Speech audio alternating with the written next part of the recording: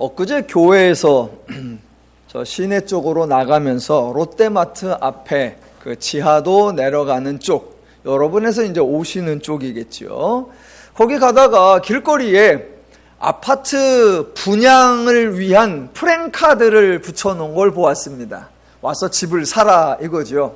그러니까 우리 아파트는 참 좋습니다 라는 걸 그 프랜카드의 짧은 문구에다가 어필을 해야 되는데, 뭐 지금도 붙어 있는지 모르겠습니다. 제가 목요일 날 봤는데 정확한 문구는 아니지만 이렇게 써 있었습니다. 아파트 분양을 권고하는 프랜카드에 큰 글씨로 이렇게 써 있습니다. 사는 사람이 다르다. 그리고 그 옆에 작은 글씨로 앞집은 의사, 뒷집은 변호사, 옆집은 교수. 참으로 천박하기 그지없는 유치찬란한 표현이었고, 본인들의 수준을 그렇게 리얼하게 드러내는 매우 저급한 광고였다고 생각합니다. 그걸 지나가면서 순간 보는데, 아니 단순히 프린트하는 그런 공장에서 쓴 게 아니라 나름대로 카피 문안을 고민하며 선별해서 썼을 텐데 어떻게 저런 문안을 사용하기로 했을까? 그 용기가 참 대단하다, 그런 생각을 했습니다. 의사, 변호사, 교수 등 그런 것은 단지 직종일 뿐입니다. 의사, 변호사, 교수이면 매우 인격적이고 지적이고 교양이 있을 것이라는 생각은 정말 옛날 사고방식입니다. 지금은 의사이면서도 파렴치한 인간들이 많다는 거, 변호사이면서도 가장 교활하게 법을 지키지 않는 사람들이라는 거, 교수이면서 비양심적이며 비교육적 인간도 무지하게 많다는 것을 다 알고 있습니다. 저는 근래에 우리나라에서 발생하는 사건들을 보면서 한 가지 생각을 하게 되었습니다. 문학계에서 시작된 미투 운동이라든가 사법부의 재판거래 운동이라든가 각종 기관의 채용 비리라든가 병원의 의료기기 판매원의 대리 수술이라든가 또 온갖 갑질이 벌어지고 있는 여러 직종들을 보면서 드디어 죄인의 실체가 적나라하게 밝혀지고 있구나라는 생각을 했습니다. 얼마 전까지만 해도 직업이라는 가면 뒤에 죄인의 실체가 숨겨져 있었고, 신분이라는 가면 뒤에 죄인의 속셈이 감추어져 있었고, 나이 또는 경력 또는 연륜이라는 가면 뒤에 죄인의 교활함이 숨겨져 있었는데, 이제는 모두 정말로 적나라하게 까발려지고 있습니다. 신분도 직업도 연륜도 죄를 숨기지 못하며 죄를 통제하지 못하며 죄를 이기지 못한다는 것이 드러나고 있습니다. 이제는 특정 신분이나 특정 계층을 향해 사회 지도층 인사라는 표현이 사용될 수 없다는 것에 모두가 동의하고, 심지어는 종교인들, 목사나 신부나 승려들도 세상의 욕심을 내지 않고 오직 경건한 생활에 몰두하는 그런 사람이 아니라는 것도 모두가 알고 있습니다.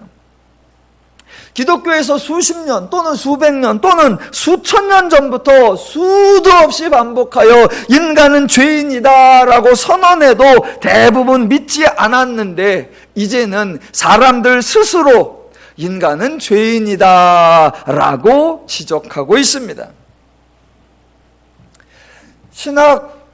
신학교에서나 또는 목회자들 모임에서나 이렇게 모이면 기독교에 대하여 상당히 이제 부정적인 그런 발언을 할 때가 많이 있습니다. 이제는 개척을 할 그럴 시대가 아니다. 교회도 사양길로 접어들었다. 총체적으로 기독교의 유익이다. 이런 말을 자주 하는데, 저는 정반대로 생각합니다. 드디어 교회가 중요한 역할을 할 시대가 왔고, 드디어 교회가, 기독교가 사회에서 주목을 받을 만한 시대가 도래했고, 드디어 기독교의 중흥기가 왔다라고 생각합니다.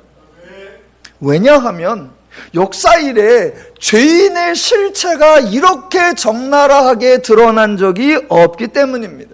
죄인의 실체가 밝혀지면 밝혀질수록 어떻게 이 죄를 극복할 것인가, 어떻게 이 죄의 문제를 해결할 것인가, 그것이 대두될 겁니다. 그래서 이제 모든 사람이 죄를 인정하고 모두가 죄에 대한 문제에 관심을 갖고 모두가 죄를 어떻게 해결할 것인가 라고 고민하게 된 이상, 기독교로서는 최고의 기회라고 생각합니다. 왜냐하면 이렇게 해봐도 저렇게 해봐도 그렇게 해봐도 죄 문제가 해결나지 않을 때에 과연 죄 문제의 해법은 오직 하나, 기독교의 복음뿐이다 라는 사실이 강조될 것이기 때문입니다. 예, 인간의 죄인됨이 드러날 때마다 하나님의 은혜, 하나님의 십자가 사역이 과연 인간 문제의 해법이구나 고백하게 될 날이 올 것입니다. 이렇게 세상에서는 죄인의 실체를 알아가고 있는데, 안타깝게도 성도들 또는 성경을 읽는 분들이 죄인의 실체를 오해하고 있는 현실이 있습니다. 성경을 읽다 보시면 많은 사람이 등장하는데, 성경에 등장하는 사람들이 기본적으로 죄인입니다. 하나님이 부르시고 하나님이 세우신 사람들 당연히 죄인입니다. 하나님이 부르셨으니까 의인일 것이다 라고 생각하면 오해이시고, 하나님이 일을 맡긴 사람이니까 그래도 믿을 만한 사람일 거다 라고 생각하시면 큰 착각입니다.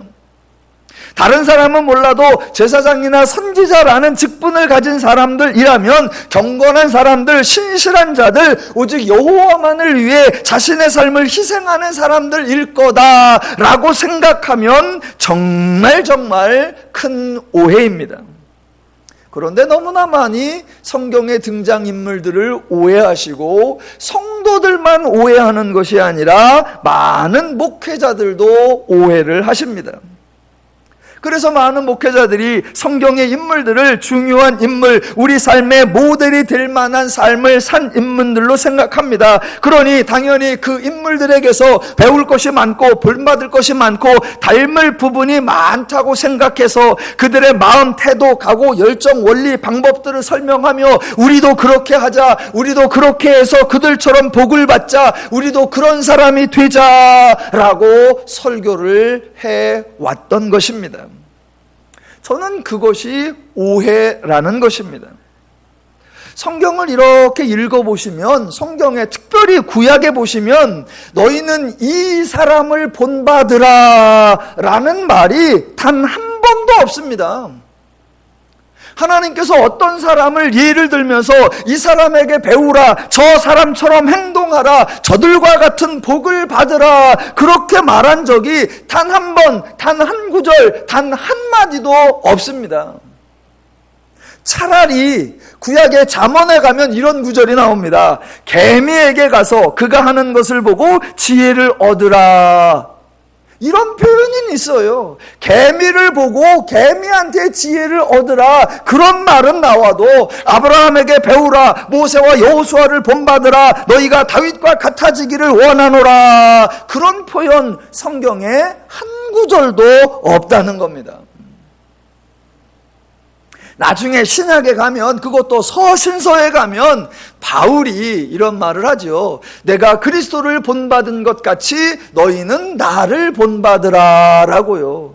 그때 바울의 말의 핵심도 나를 본받으라 그가 아니라 내가 그리스도를 본받은 것 같이 너희도 내가 했던 것과 같이 그리스도를 본받으라, 그것이 포인트입니다.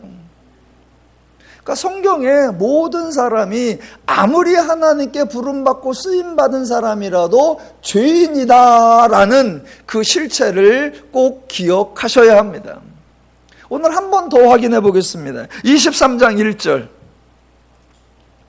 여호와의 말씀이니라. 내 목장의 양떼를 멸하며 흩어지게 하는 목자에게 화 있으리라 입니다.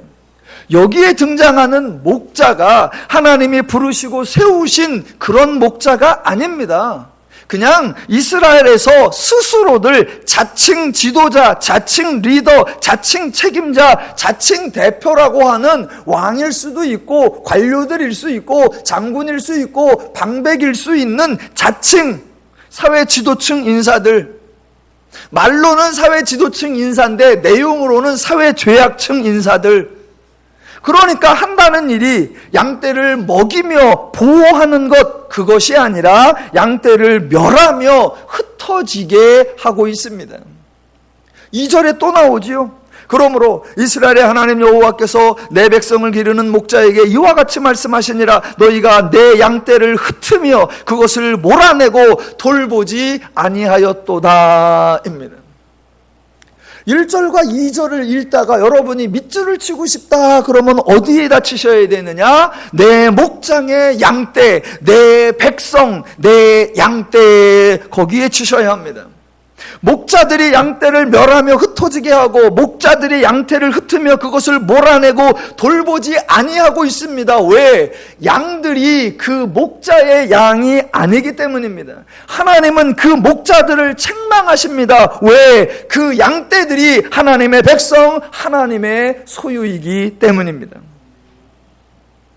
성경 전체에서 하나님은 하나님의 백성이나 하나님의 양떼를 특정한 어떤 사람에게 돌보도록, 책임지도록, 관리하도록, 지키도록 위임을 하신 적이 없습니다. 나는 너무 바빠서 손 떼고 너를 목자로 지명하여 너에게 맡기니까 이제부터 네가 내 양떼를 책임져라, 네가 이제 저들의 목자다, 제발 지켜라, 그렇게 말씀하신 적이 없습니다. 그러니까 사람들 중에 어느 누구라도 하나님의 양떼 앞에서 내가 목자다, 내가 리더다, 내가 대표다, 내가 지도자다 라고 말하면 그 사람은 하나님과 무관한 사람입니다. 하나님의 백성들 앞에서 어떤 사람이 나를 믿으라, 나를 신뢰하라, 나를 의지하라, 나를 따르라 라고 말하는 사람도 하나님과 전혀 상관이 없는 사람입니다. 왜? 하나님은 하나님의 백성, 하나님의 양떼를 하나님의 책임과 돌봄에서 어느 누군가에게 맡긴 적이 없으시기 때문입니다. 가끔 사회적으로 무리를 일으키는 흔히 말하는 이단이라고 하는 세력들의 중요한 문제가 뭐냐? 어떤 사람들이 내가 지도자다, 내가 책임자다, 내가 인도자다 라고 말하는 것이고, 피해자들 대부분 그 사람을 믿고 그 사람을 따르고 그 사람을 신뢰하기 때문입니다. 하나님 이외에 그 누군가를 믿고 따르고 의지하는 거, 그거 어리석은 일입니다. 하나님의 백성, 하나님의 양떼에게서 하나님 목자 되시는 분은 오직 하나님 한 분뿐이십니다. 분명하고 정확하게 말씀드립니다. 저는 여러분의 목자가 아닙니다. 저는 여러분의 책임자가 아닙니다. 예, 알고 계셨다는 표정들이세요. 예, 저나 여러분 모두가 하나님의 백성, 하나님의 양떼일 뿐이고 하나님만이 저와 여러분 모두의 목자이십니다. 하나님이 자기 백성, 자기 양떼이기 때문에 그 양떼를 위하여 취하시는 조치가 3절 이하입니다. 내가 내 양떼에 남은 것을 그 몰려갔던 모든 지방에서 모아 다시 그 우리로 돌아오게 하리니 그들의 생육이 번성할 것이며 내가 그들을 기르는 목자들을 그들 위에 세우리니 그들이 다시는 두려워하거나 놀라거나 잃어버리지 아니하리라. 여호와의 말씀이니라. 여호와의 말씀이니라. 보라, 때가 이르리니 내가 다윗에게 한 의로운 가지를 일으킬 것이라. 그가 왕이 되어 지혜롭게 다스리며 세상에서 정의와 공의를 행할 것이며 그의 날에 유다는 구원을 받겠고 이스라엘은 평안히 살 것이며 그의 이름은 여호와 우리의 공이라 일컬음을 받으리라. 예. 하나님이 친히 목자이기 때문에 그 양떼를 도우시고 양떼를 모으시고 양떼가 생육이 번성하게 하시고 양떼가 구원받게 하시고 양떼가 평안하게 살도록 도와주시겠다라고 하시는 겁니다. 감사하지요. 그런데 본문에 보면 본문에는 나와 있지 않은데 정말 귀한 사실이 하나 있습니다. 그게 뭐냐면 하나님께서 그 양떼들을 그렇게 구원하고 평안하게 하실 것인데 양떼들의 자격, 양떼들의 수준, 양떼들의 조건, 양떼들의 상태를 전혀 따지지 않으신다라는 겁니다. 이게 하나님의 참으로 고마우신 마음입니다. 양떼들을 향하여 왜 미련하게 거짓 목자를 따라갔느냐 추궁하지 않습니다. 왜 어리석게도 속이는 목자에게 미혹당했느냐 질책하지 않습니다. 미련하고 어리석은 양은 내 양이 아니다라고 버리지 않습니다. 나는 지혜롭고 건강한 양만 돌보겠다라고 배타적으로 제외시키지 않습니다. 모든 양들을 향하여 내가 너희를 회복하리라, 내가 너희를 치유하리라, 내가 너희를 번성하게 하리라, 내가 너희를 평안히 살게 하리라. 이것이 우리의 유일한 목자, 진정한 목자 되신 하나님의 사랑, 하나님의 긍휼, 하나님의 은혜입니다. 그 누구도 흉내낼 수 없고 그 누구도 따라낼 수 없는 하나님의 원리, 죄인들로서는 도무지 흉내조차 낼 수 없는 하나님만이 가지고 있는 은혜의 원리라는 겁니다. 제발 이렇게 세상과 다르고 이렇게 죄와 다른 하나님의 마음, 하나님의 심정, 하나님의 원리를 오해하지도 말고 왜곡하지도 말고 변질시키지도 말자라는 겁니다. 제발 쓸데없이 하나님은 준비된 자를 쓰신다, 하나님은 하나님을 믿고 따르는 자에게는 상을 주시고 하나님을 믿지 않고 따르지 않는 자에게는 벌을 주신다라는 등 하나님의 원리와 전혀 맞지 않는 말, 그런 말 좀 그만하자라는 겁니다.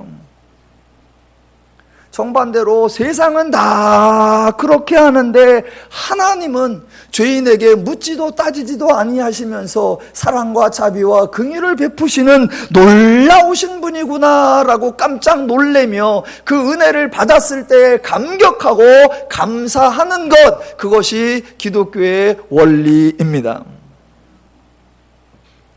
성경에 등장하는 인물들의 실체가 다시 쭉 나옵니다. 10절. 이 땅에 간음하는 자가 가득하도다. 저주로 말미암아 땅이 슬퍼하며 광야의 초장들이 마르나니 그들의 행위가 악하고 힘쓰는 것이 정직하지 못함이로다. 목자들만 그런 것이 아니고 백성들만 그런 것이 아닙니다. 11절. 여호와의 말씀이니라 선지자와 제사장이 다 사악한지라 내가 내 집에서도 그들의 악을 발견하였노라 입니다. 앞에 나왔던 목자도 백성을 힘들게 하고 여호와의 집에서 봉사한다는 제사장이나 선지자들도 다 사악하다고 합니다. 성경에 등장하는 인물, 인류의 모든 인간들은 하나님 앞에 죄인이구나, 이 사실을 흔들리면 안 됩니다. 그러니까 제발 사람들에게 헛된 기대를 하지 마시라. 하나님에게 기대해야 할 것을 사람에게 기대하지 마시고 하나님께 의지해야 하는 것을 사람에게 의지하지 마시고 하나님을 따라야 하는 것을 사람을 따르지 마시라. 저 여러분의 목자는 오직 한 분 하나님, 그러니까 하나님만 믿고 하나님만 신뢰하고 하나님만 따르는 저와 여러분 되시기를 주님의 이름으로 축원합니다. 이어지는 13절부터 32절까지에는 선지자에 대한 내용이 길게 나옵니다. 우선 13절부터 15절까지에 선지자들의 패역함이 나옵니다. 읽어볼게요. 내가 사마리아 선지자들 가운데 우매함을 보았나니 그들은 바알을 의지하고 예언하여 내 백성 이스라엘을 그릇되게 하였고 내가 예루살렘 선지자들 가운데도 가증한 일을 보았나니 그들은 간음을 행하며 거짓을 말하며 악을 행하는 자의 손을 강하게 하여 사람으로 그 악에서 돌이킴이 없게 하였은즉 그들은 다 내 앞에서 소돔과 다름이 없고 그 주민은 고모라와 다름이 없느니라. 그러므로 만군의 여호와께서 선지자에 대하여 이와 같이 말씀하시느니라. 보라, 내가 그들에게 쑥을 먹이며 독한 물을 마시게 하리니 이는 사악이 예루살렘 선지자들로부터 나와서 온 땅에 퍼짐이라 하시니라. 사마리아 선지자, 이 사람들은 사마리아 지역에서 활동하는 선지자인데, 사마리아에서는 원래부터 바알을 섬겼으니까 결국 바알의 선지자들이고, 예루살렘의 선지자는 명목상으로는 여호와의 성전 소속이니까 여호와의 선지자라고 부를 수 있을 겁니다. 그런데 표현을 보시면 사마리아의 선지자에 대해서는 우매함을 보았고 라고 한 가지만 지적하고, 예루살렘 선지자에 대해서는 가증한 일을 보았다라고 하면서 여러 가지를 지적합니다. 근데 그게 당연한 거예요. 왜냐하면 사마리아의 선지자는 바알의 선지자니까 그냥 타종교의 선지자입니다. 원래부터 하나님과 무관해요. 하나님과 관계가 없으니까 하나님의 뜻을 오해하지도 왜곡하지도 않습니다. 하나님을 모르는 거니까 성경이 뭐라고 표현한다? 그냥 우매하다라고 하는 거예요. 그런데 예루살렘의 선지자는 어쨌거나 여호와의 성전 소속이고 예언을 할 때마다 여호와의 이름으로 하기는 하는데 그 내용이 하나님의 뜻과 다르니까 본문에서는 뭐라고 표현했다? 가증한 일이라고 표현했습니다. 물론 우매한 선지자들이나 가증한 선지자들이나 다 하나님의 선지자, 하나님의 뜻과 다른 것에서는 똑같습니다. 자, 16절을 보시면 지금 예루살렘의 선지자나 하나님의 선지자나 다 하나님과 뜻과 다르죠. 그러니까 16절이 등장합니다. 만군의 여호와께서 이와 같이 말씀하시되 너희에게 예언하는 선지자들의 말을 듣지 말라입니다. 왜 선지자들의 말을 듣지 말아야 하는가? 하나님이 설명을 다 해놓으셨습니다. 저는 하나님이 정말 참 고맙습니다. 특별히 설교자로서 참 고마워요. 왜냐하면 하나님이 툭툭 이 선문답하는 것처럼 여기 이 말 툭 던져놓고 저기 저 말 툭 던져놓으면 그 본문을 연구하는 사람이 아주 고민을 해야 돼요. 왜 이 말씀을 하셨을까? 밑도 끝도 없이 뭐야? 고민을 해야 되는데 하나님은 너무 친절하셔가지고 이렇게 하라 왜냐하면, 이거 하지 마라 왜냐하면 다 나왔어요. 그래서 저는 해야 할 일이 뭐냐? 그냥 이 말이 그 말입니다 라고 풀어주면 돼요. 예. 뭐 옛날에 어떤 책 제목처럼 설교가 가장 쉬웠어요.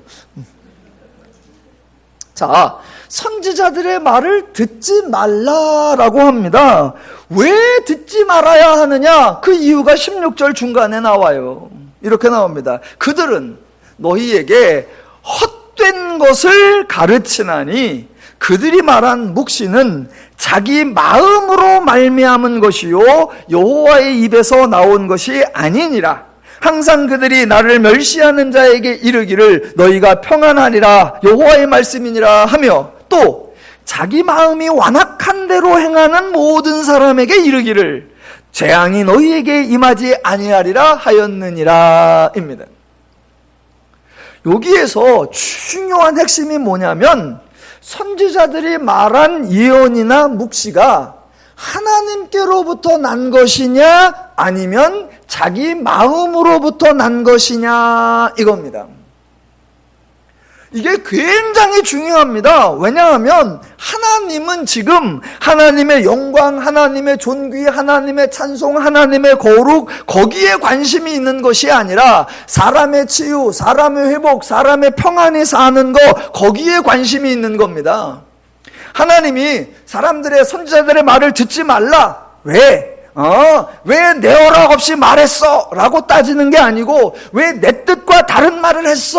라고 추궁하는 것이 아니라 하나님의 말을 했느냐? 그 예언에서 가장 중요한 건 이 예언을 통해 예언을 듣는 인간에게 유익이 되었느냐? 그게 중요하다는 겁니다. 내 허락을 받았느냐, 내가 말한 거랬냐, 이게 중요한 것이 아니라 과연 예언을 듣는 자들에게 유익이 되느냐. 그래서 16절에 선지자들의 말에 대해서 뭐라고 한다? 헛된 것을 가르치나니 라고 하는 거예요. 하나님이 하신 말씀이 아니니까 듣지 말라 이런 것이 아니라 헛되니까 듣지 말라. 들어도 아무 유익이 없고 배워도 아무 소용이 없으니까, 소용없는 말이니까 듣지 말라 이거예요. 자, 다시 한번 강조합니다. 사람들은 하나님의 말씀을 소중히 여겨야 된다라고 할 때 포인트를 어디다 두냐면, 하나님 말씀이니까, 거룩한 말씀이니까, 존귀하신 하나님 거니까 라고 포인트를 하나님 쪽에다가 두는 경향이 많단 말입니다. 근데 지금 하나님은 다른 그 사람들 거 듣지 말라. 왜? 듣는 게 너에게 유익이 안 되니까. 반대로 말하면 하나님 말씀을 들어라. 왜? 하나님 말씀이 너에게 유익이 되니까. 하나님께 영광이 되느냐 안 되느냐 이게 중요한 게 아니라 너희에게 유익이 있느냐, 너희에게 보탬이 되느냐, 너희 삶에 플러스가 되느냐, 이게 결정적 요소라는 겁니다. 종종 사람들끼리도 뭔 말을 할 때에 말하는 자의 권위가 떨어질까봐, 말하는 자의 위신이 떨어질까봐 거기에 포인트를 둔단 말입니다. 근데 하나님은 말하는 쪽은 하나도 중요하지 않다. 이 말이 들려졌을 때에 들은 사람들에게 유익할 것이냐, 하나님의 모든 관심은 거기에 있다는 겁니다. 하나님이 백성들의 죄악을 보시면서 경고를 하시죠. 경고의 예언을 하시면 그 경고의 예언은 진노를 위한 것이 아니라 그 사람을 치유하고 그 사람을 회복하기 위한 겁니다. 그 사람들이 자기 마음에 완악한 대로 행하고 있으니까 거기다 대고 재앙이 임한다라고 경고를 해 주어야 그들이 행동을 고치고, 행동을 고쳐서 재앙이 오지 않아야 유익을 얻는 거니까 하나님은 그걸 위해서 진노의 예언 같은 걸 하시는 거예요. 그랬더니 선지자들이 하나님 말씀이 진노고 하나님 말씀이 저주다, 그러니까 너희가 불편하지, 하나님의 말씀을 마치 형벌인 것처럼 왜곡하고 자기들이 한다는 말이 너희가 평안하니라, 평안하니라. 자기 마음에 완악한 대로 행하고 있는 그들을 향하여 재앙이 오지 않아 라고 말해주고 있다. 그러면 듣기엔 달콤하고 책망하지 않으니까 불편하지 않지만 결과적으로 그들에게 아무 유익이 되지 못하지 않느냐, 헛된 것이지 않느냐. 그러니 듣지 말라라는 겁니다. 하나님의 모든 관심은 어디에 맞추어져 있다? 인간의 유익, 인간의 행복에 맞추어져 있다라는 것을 기억하셔야 합니다. 본문의 선지자들이 하나님과 무관하다라는 것을 설명하는 게 18절입니다. 자, 잘 따라와 보세요. 누가 여호와의 회의에 참여하여 그 말을 알아들었으며 누가 귀를 기울여 그 말을 들었느냐? 대답은 아무도 하나님의 회의에 참여하지 않았고, 아무도 하나님의 말씀을 귀 기울여 듣지 않았고, 아무도 알아듣지 못하였다라는 것입니다. 그래서 21절, 이 선지자들은 내가 보내지 아니하였어도 다름질하며 내가 그들에게 이르지 아니하였어도 예언하였은즉, 그래서 하나님께로 나온 예언과 사람에게서 나온 예언이 어떻게 다른지 지적해 주는 게 21절, 22절. 그들이 만일 나의 회의에 참여하였더라면, 즉 하나님 말씀을 들었더라면, 하나님 말씀을 알았더라면 내 백성에게 내 말을 들려서 그들을 악한 길과 악한 행위에서 돌이키게 하였으리라 입니다.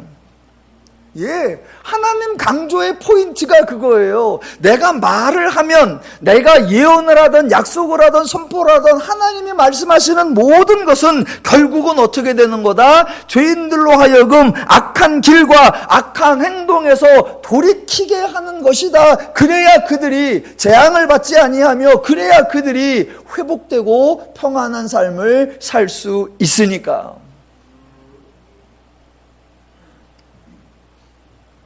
기독교가 온통 기독교의 목적이 뭐냐? 하나님 나라의 영광. 기독교의 목적이 뭐냐? 하나님의 존귀, 하나님의 위엄, 하나님의 거룩. 아니요. 맞는 말이죠. 영광과 존귀와 거룩, 그 하나님의 모든 것 중요하죠. 그 하나님의 존귀와 영광과 거룩, 그것이 왜 등장하느냐? 그 하나님이 인간의 유익을 위하시고 인간의 행복을 도우신다라는 것. 그래서 기독교의 궁극적 결과가 뭐냐? 그 존귀하신 하나님으로 인해 하나님을 믿는 저와 여러분 모든 인간이 행복하고 기쁘고 즐겁다라는 결론이 나와야 합니다. 제가 설교할 때마다 하나님의 마음과 심정과 원리와 기준과 가치 이런 걸 자꾸 강조합니다. 왜요? 그 하나님의 마음과 가치와 원리와 기준과 가치를 알아야 성경에 어떤 표현이 나오더라도 그 표현이 표현인가 하나님의 참뜻인가 구분이 되기 때문입니다. 지금 하나님의 의도가 뭐라고 나온다? 죄인들을 악한 길과 악한 행위에서 돌이키게 한다. 다른 표현으로 그들을 치유하고 회복한다. 다른 표현으로 그들을 구원한다. 다른 표현으로 인간에게 유익하게 한다라는 겁니다. 그걸 알고 계셔야 하나님이 아무리 잔인한 말씀을 하시는 것 같아도, 아무리 살벌한 진노를 표현하는 것 같아도 그것은 화내시는 게 아니고 벌을 내리는 게 아니다라고 이해할 수가 있는 것입니다. 하나님도 참 애쓰신다, 그런 생각을 저는 종종 합니다. 아니 뭐 그렇게 불편한 말을 하셔갖고 사람들에게 하나님이 비난을 받고 조롱을 받을까? 만약 진노라면, 만약 저주라면 하나님은 그렇게 말씀하실 이유도 없습니다. 아무 말도 안 하시다가 저주를 확 내려야 저주의 효과가 극대화될 거니까. 그런데 미리미리 저주다, 진노다, 형벌이다, 재앙이다 수도 없이 반복해요. 반복만 계속하지 안 내려. 그러니까 이거는 참 저주를 내리려는 게 아니구나. 예. 그래서 하나님은 그 죄인들을 진노하는 게 아니라 불쌍히 여기시고 긍휼히 여기시죠. 그래서 오늘 본문에 나오는 것처럼 그들은 내 양떼다, 그들은 내 백성이다, 그래서 내가 그들을 모으고 구원하고 치유하고 회복하리라. 기독교에 나오는, 성경에 나오는 표현들 속에서 하나님의 의도와 뜻을 잘 헤아려서 읽을 때마다 은혜가 되시고 읽을 때마다 감사가 되셔야 합니다. 어떤 사람이 연구회를 해봤더니 사람이 살 때에 가장 힘든 일 또는 가장 충격이 큰 일 또는 가장 헤어나기 힘든 일이 뭘까 조사를 해봤답니다. 그랬더니 암이 걸려서 아픈 게 아니고 끼니를 굶어서 배고픈 게 아니고 일을 많이 해서 잠을 못 잔 게 아니라 인간이 가장 힘들고 가장 버겁고 가장 극복하기 힘든 게 뭐냐? 오해를 받아서 억울함을 당하는 것이라고 합니다. 오해를 받아서 억울함을 당하는 게 가장 견디기 힘들고 벗어나기 힘들대요. 그런데 죄인들은 어차피 저와 여러분 다 죄인 출신인데 오해를 받기만 합니까? 오해를 하기도 하죠. 또 어떨 때는 오해라고 한데 알고 보면 오해가 아니라 사실일 때도 많잖아요. 그러니까 오해받고 억울함 당한 게 그렇게 큰일 아닐 거예요. 진짜로 오해를 받아서 진짜로 억울한 분은 지구상에 한 분이죠. 누구? 하나님 한 분. 왜? 그분은 말 그대로 오해 살 일이 없고 그분은 말 그대로 불의하게 행한 일이 없는데 성경의 표현도 잘 해놓으셨는데 사람들이 엉뚱하게 자기들 스스로 오해하고 왜곡한, 그래서 하나님이 조롱받으니까 하나님이 가장 억울하실 겁니다. 하나님이 억울함을 호소하시는 게 25절이에요. 하나님이 얼마나 속이 터지는지. 25절. 내 이름으로 거짓을 예언하는 선지자들의 말에 내가 꿈을 꾸었다 라고 말하는 것을 내가 들었노라 입니다. 자, 이렇게 여호와의 이름으로 거짓을 예언하는 사람들, 이 사람들을 뭐라고 부르느냐? 거짓 예언자라고 부르는데, 거짓 선지자라고 부르는데, 거짓 선지자라는 말은 거짓말을 예언하는 사람들이라는 의미가 아니고 그 예언자 자체가 거짓이다라는 말입니다. 이 사람이 선지자는 맞는데 가끔 거짓말을 해. 그런 의미가 아니라 거짓 선지자이기 때문에 당연히 거짓말을 하고 거짓 예언을 한다라는 겁니다. 이 사람들이 예언을 했는데 그 예언이 참이야 거짓이야 사실이야 거짓이야 그런 걸 분별할 필요가 없습니다. 자, 그들이 하는 말이 참말일 수도 있습니다.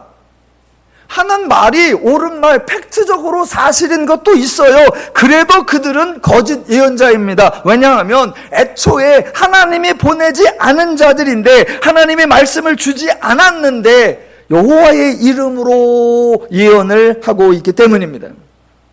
그러니까 자, 지금 이 사람들이 거짓 선지자이기 때문에 하나님이 보내지 않았고 하나님의 말씀을 주지도 않았는데 여호와의 이름으로 예언을 하니까 그들은 거짓 선지자이고 거짓 선지자이기 때문에 그들은 무슨 말을 해도 헛것이고 무슨 말을 해도 우매한 것이고 무슨 말을 해도 가증한 자들이다. 이렇게 판단을 하셔야 됩니다. 일단 좀 들어봐. 저 사람이 하는 걸 들어보니까 뭐 대부분 틀린데 그래도 가끔 맞는 말도 하대. 이런 반응을 보이시면 안 돼요. 이런 반응을 보이시면. 자, 25절 볼게요. 25절에 이렇게 나옵니다. 자, 그들이 말하기를 25절 내 이름으로 거짓을 예언하는 선지자들의 말에 그들이 이렇게 말합니다. 내가 꿈을 꾸었다 라고 말합니다. 질문해 볼게요. 그들이 지금 내가 꿈을 꾸었다 라고 말했는데 그 말이 참말일까요? 거짓말일까요? 참말입니다. 저들이 꿈을 꾸었습니다. 지금 하나님은 왜 꿈도 꾸지 않고 꿈을 꾸었다고 거짓말을 해? 라고 책망하는 것이 아닙니다. 저들이 내가 꿈을 꾸었다라고 말한 거 맞습니다. 그러면 꿈을 꾸었으면 무슨 말을 할까요? 당연히 꿈 이야기를 할 겁니다. 그게 27절 그들이 서로 꾼 꿈을 말하니입니다. 자, 이때 저들이 꿈을 꿨어요. 그래서 꿈 이야기를 해요. 그러면 꿈 이야기를 하려면 어떻게 말을 해야 하면 자, 지금부터 내가 말을 하겠다. 지금부터 내 이야기를 좀 하겠다. 내가 어젯밤에 꿈을 꾸었는데 이런 꿈을 꾸었다라고 말을 시작해야 합니다. 그런데 저들이 말을 다르게 시작하더라는 겁니다. 어떻게? 맨 앞에다가 뭐라고 한다? 하나님의 이름으로 말을 시작한다라고 하더라는 거예요. 그게 거짓이라는 겁니다. 그러니까 그들이 아무리 참말을 해도 그것은 거짓이라는 거예요. 28절 여호와의 말씀이니라 꿈을 꾼 선지자는 꿈을 말할 것이요 내 말을 받은 자는 성실함으로 내 말을 말할 것이라 겨가 어찌 알곡과 같겠느냐입니다. 이게 너무 멋진 표현이에요. 하나님은 배타적인 분이 아니고 독선적인 분이 아니고 인간을 통제하고 막으시는 분이 절대로 아니에요. 어떤 사람이 꿈을 꾸었어요. 맞아요. 그래갖고 꿈 이야기를 하고 싶어요. 그러면 이야기를 하라는 거예요. 하고 싶으면 해라. 꿈 꿨어. 신기해. 막 얘기하고 싶어. 너무나 막 입이 근질근질거려. 그러면 이야기를 하라. 꿈 얘기하라. 뭐라고 얘기한다? 시작을 이렇게 하란 말입니다. 내가 내 말을 하겠다. 내가 꿈을 꿨는데 그 꿈이 이런 거다라고 네 얘기, 네 꿈 얘기를 하라 그거예요. 어떤 사람이 하나님 말씀을 받았어요. 받아가지고 머릿속에 하나님 말씀이 꽉 찼어. 막 말하지 않으면 입이 근질근질거려. 그래서 말하고 싶다. 그러면 말을 하라는 거예요. 어떻게? 내가 하나님께로 말씀을 받았다. 하나님의 이름으로 예언을 하겠다라고 말을 하라는 거예요. 자기 꿈 얘기는 자기 꿈 얘기로 하고 하나님 말씀은 하나님의 말씀으로 하라. 그런데 왜 자기 꿈 얘기를 하면서 여호와의 이름으로 예언하노니? 여호와의 이름으로가 아니잖아. 여호와가 너를 보내지 않았고 여호와가 너에게 말씀을 주지 않았으니까 그 말을 쓰면 안 되잖아. 그런데 쓰니까 너는 거짓이다 이 얘기예요. 왜? 인간의 차원 이야기하고 인간의 꿈 이야기하고 하나님의 말씀은 비교할 수 없을 만큼 완벽히 다르다. 그 비교가 성경이 정말 재밌어요. 2번 나와요. 28절 맨 끝에. 다시 볼게요. 28절. 꿈을 꾼 선지자. 그 사람은 그냥 꿈을 말해. 내 말을 받는 선지자. 그 사람은 당연히 내 말을 해야지. 네가 꾼 꿈하고 내 말이 완벽히 다르지. 어떻게? 겨가 어찌 알곡과 같겠느냐. 이겁니다. 사람들이 꾼 꿈, 그거는 무슨 수준이다? 겨 같단 말입니다. 즉 내용이 없다, 알맹이가 없다, 헛된 거다. 뭐가 모양새가 있고 예언은 있는 것 같은데 사람에게서 나온 거라 아무 효력이 없고 아무 능력이 없고 사람을 유익하게 못하는 겨 따위일 뿐이다. 그러나 하나님 말씀은 뭐다? 알곡이다, 내용이다, 효과가 있다. 사람을 악한 길과 악한 행동에서 돌이키게 하고 사람에게 유익하는 것이다. 그러니 어떻게 겨와 알곡이 비교할 수 있느냐? 그런데 겨 따위를 말하면서 여호와의 이름으로 한다면 그는 거짓 선지자고 그 거짓 선지자가 하는 모든 말은 사실이냐 아니냐에 관계없이 다 헛것이다 라는 겁니다. 하나님 말씀을 하나 더 소개하는 게 29절. 내 말이 불같지 아니하냐, 바위를 쳐서 무너뜨리는 방망이 같지 아니하냐. 예, 여기서 강조하는 게 뭐예요? 헛되지 아니하다, 효과가 없는 것이 아니다, 거짓말이 아니다, 말뿐이 아니다, 폼만 나는 것이 아니다. 불이 모든 것을 사르는 것처럼 하나님의 말씀에 그런 능력이 있고 방망이로 바위를 부서뜨리는 것처럼 하나님 말씀에 효력이 있다. 이 효력 있고 인간을 유익하게 하는 하나님의 말씀과 자기로부터 말미암은 또는 꿈꾼 이야기가 어떻게 비교가 될 수 있느냐라는 이야기입니다.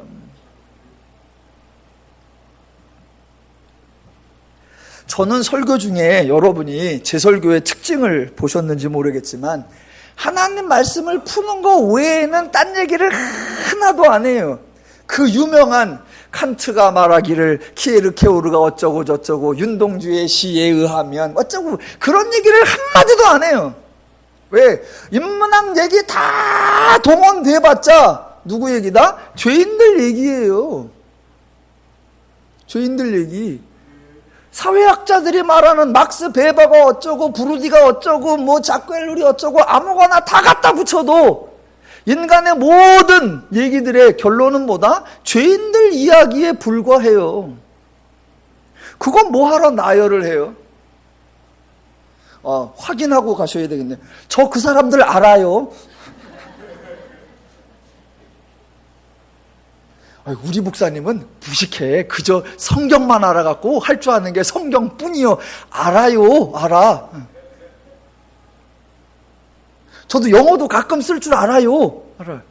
더 해볼까요? 헬라어, 히브리어 막 써볼까요? 아니요. 그거 다 동원해봤자 하나님께로부터 나오지 아니한 것은 헛것이고 하나님께로부터 나온 것이어야 죄인을 악한 길에서 돌이키며 악한 생각에서 돌이킬 수 있다라는 거예요. 그걸 본문에서는 하나님의 말씀은 겨 같지 아니하고 알곡인데 이 알곡을 어찌 겨와 비교하겠느냐. 자, 하나 더 보겠습니다. 30절. 30절을 보시면 여러분이 성경이 정말 표현을 절묘하게 하는구나 라고 깜짝 놀라실 거예요. 자, 놀랄 준비하시고 30절. 여호와의 말씀이라. 그러므로 보라, 서로 내 말을 도둑질하는 선지자들을 내가 치리라 입니다. 아까 앞에서는 거짓을 예언하는 선지자라고 했는데 이번에는 내 말을 도둑질하는 선지자라고 합니다. 절묘하지요? 아직 모르겠지만 설명을 들으면 절묘할 것 같지요? 네, 제가 설명해 볼게요. 자, 한번 일반적으로 생각해 보겠습니다. 어떤 선지자들이 있는데 선지자들이 서로 하나님 말씀을 막 가져가, 서로 하나님 말씀을 막 도둑질해가. 그러면 하나님이 좋아하셔야 돼요? 화내셔야 돼요? 아니, 미처 아직 하나님 말씀을 주시지도 않았는데 선지자들이 알아서 앞다투어 하나님의 말씀을 막 가져다가 전달하면 잘하는 거예요? 못하는 거예요? 하나님이 아직 시키지도 않았는데 알아서 하나님 말씀을 막 가져다가 사람들에게 가르치면 이거는 착한 짓이에요? 미운 짓이에요? 착한 짓 같아 보이잖아요. 그런데 성경은 하나님 말씀을 가지고 가는 걸 뭐라고 했느냐? 도둑질이라고 하고 그런 선지자들에 대하여 내가 치리라 라고 한 거예요. 그러니까 여기서 말하는 하나님 말씀을 도둑질한다라는 건 하나님 말씀을 가져간다 그런 의미가 아니에요. 자, 저들이 예언하는 거를 성경이 뭐라고 표현했냐면 몇 군데 보면 16절 아까 본 대로 자기 마음으로 말미암은 것이라고 했고 18절에 보면 여호와의 회의에 참여하여 들은 것이 아니다 라고 했고 27절 표현대로 하면 서로 꾼 꿈을 말하는 것이다 라고 했습니다. 그런데 그런 이야기들을 25절 내 이름으로 즉 여호와의 이름으로 말하더라 라는 겁니다. 자, 주목. 지금 선지자들이 여호와의 이름으로 라고 시작을 했으면 그 뒤에 여호와의 말씀이 따라 나와야 하는데 여호와의 이름으로 라고 해놓고 정작 하나님 말씀이 따라 나오지 않고 꿈 이야기가 나오니까 그런 것을 뭐라고 표현했다? 너희가 하나님 말씀을 서로 도둑질했다 라고 한 거예요. 즉 하나님 말씀을 전하려고 훔쳐간 게 아니라 여호와의 이름으로 라고 해서 하나님의 말씀을 전해야 하는 그 자리에 하나님 말씀이 없어요. 그러니까 그걸 뭐라고 표현했다? 하나님 말씀을 도둑질했다 이렇게 표현한 거예요.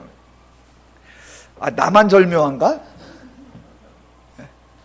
하나님의 이름으로 라고 했으면 기대를 할 거 아니에요. 그럼 그 자리에 하나님 말씀이 딱 있어야 된단 말입니다. 그런데 하나님 말씀이 있어야 할 자리에 하나님 말씀을 없게 했으니 그게 너희가 뭐 한 거다? 하나님 말씀을 도둑질한 거다. 그러니까 내가 너희를 치리라. 정말 표현이 멋있습니다. 만약 하나님 말씀을 훔쳐서 가져갔으면 하나님 말씀을 하겠지요. 그런데 하나님 말씀이 있어야 할 자리에 하나님 말씀이 없도록 훔쳐갔으니 도둑질했으니 하나님 말씀은 없고 온통 엉뚱한 말만 있겠지요. 그 엉뚱한 말이 32절 여호와의 말씀이니라 보라 거짓 꿈을 예언하여 이르며 근데 이 거짓 꿈을 시작을 뭐로 한다? 여호와의 이름으로 라고 시작을 하면서 내용상에 거짓 꿈을 예언하여 이르며 거짓과 헛된 자만으로 내 백성을 미혹하게 하는 자를 내가 치리라. 내가 그들을 보내지 아니하였으며 명령하지 아니하였나니 그들은 이 백성에게 아무 유익이 없느니라 입니다. 그러니까 32절에 나오는 거짓이라는 표현은 사실이냐 아니냐 그것을 따지는 것이 아니라 그들이 자기 꿈을 꾸고 꿈 이야기를 하는데 꿈이 사실일 수도 있고 꿈 그대로 말할 수 있습니다. 그래도 통째로 거짓이다. 왜? 하나님과 무관하게 하나님이 보내지 아니하고 하나님이 주지 아니한 말씀을 하나님의 이름으로 하니까 라는 겁니다. 그래서 하나님은 너희들 왜 거짓말을 해? 너희들 왜 사실이 아닌 말을 해? 이렇게 혼내는 것이 아니라 왜 내 이름으로 해? 라고 하면서 그것은 결국 백성들을 미혹하게 하는 것이고 반대로 따지면 백성에게 아무 유익이 없지 아니하느냐라는 거예요. 어떤 사람이 이렇게 말할 수 있겠죠. 아니 저는 사실을 말한 겁니다. 따져보십시오. 객관적으로 이거 분명히 사실이에요. 사람들이 가장 주장하는 게 그거예요. 나는 지금 사실을 말하는 거라니까. 그러나 성경은 한마디 더 간단 말입니다. 그 사실을 말해서 그 사실이 상대방에게 유익을 주었느냐? 유익을 주고 아니고는 그건 나중 얘기고 일단 팩트를 따져보자고요. 제가 무슨 거짓말을 했고 제가 무슨 헛된 것을 했나. 맞는 얘기, 옳은 얘기, 사실을 했잖아요. 아니요. 성경은 그거보다 더 나가야 된다고 하는 거예요. 저들의 삶을 돌이키며 저들을 악한 생각과 악한 길에서 돌이키게 하며 저들에게 유익하게 하느냐. 하나님의 말씀은 바로 그렇게 한다라는 것입니다.